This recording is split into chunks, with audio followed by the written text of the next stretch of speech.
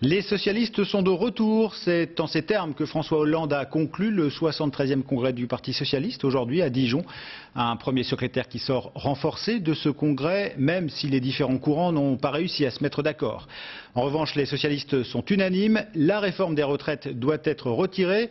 Sinon, ils s'en occuperont dès leur retour au pouvoir. Véronique Gorel et Olivier Thiette.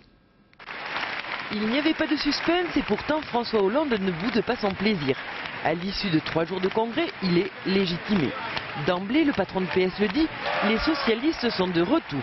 Ils ont mis entre parenthèses quelques désaccords pour s'opposer fermement à la politique du gouvernement, à ce qu'il qualifie d'offensive libérale sans précédent au service des plus riches. Vous voulez des protections, nous disent ces libéraux. Eh bien, enrichissez-vous. Payez-les-vous, ces protections. Raffarin, c'est finalement Guizot revisité et devinez qui est Louis-Philippe. Dopés par le climat social, la fronde contre la réforme des retraites et celle de l'éducation, les socialistes durcissent leur discours. Ils réclament solennellement le retrait de ces projets, appellent à la mobilisation. Bref, après le temps de l'autocritique, est revenu pour eux celui de l'offensive. C'est une bien triste nouvelle pour la droite, pour le gouvernement, pour Jacques Chirac.